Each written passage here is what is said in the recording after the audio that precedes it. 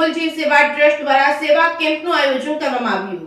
પાટણ શહેરમાં નવજીવન ચોકડી પાસે મકર સંક્રાંતિના દિવસ નિમિત્તે ઘાયલ પક્ષીઓની સારવાર અર્થે 6 દિવસ માટે સેવા કેમ્પનું આયોજન કરવામાં આવ્યું છે. આ કેમ્પ રાત દિવસ ચાલુ રાખવામાં આવે છે. નાના બાળકોને પણ રોડ ઉપર પડેલી પતંગની દોરીઓનો ગુચરા વીણીને લાવતા બાળકોને 500 ગ્રામના 50 રૂપિયા લેખે આબોલ જીવ સેવા ટ્રસ્ટના પ્રમુખ દ્વારા ચૂકવવામાં આવે છે. કારણ કે રોડ ઉપર અને ઝાડ ઉપર વીંટેલી દોરીઓ તોડી લેવાની પણ આ ટ્રસ્ટ દ્વારા સૂચના આપવામાં આવી છે. કારણ કે આ દોરીઓ ઉપર કોઈ પક્ષીઓ ન ફસાય અને દોરીમાં પગ ન ફસાય, જેને લીધે પક્ષીઓનો બચાવ થાય, મોતના મુખમાંથી ધકેલાય.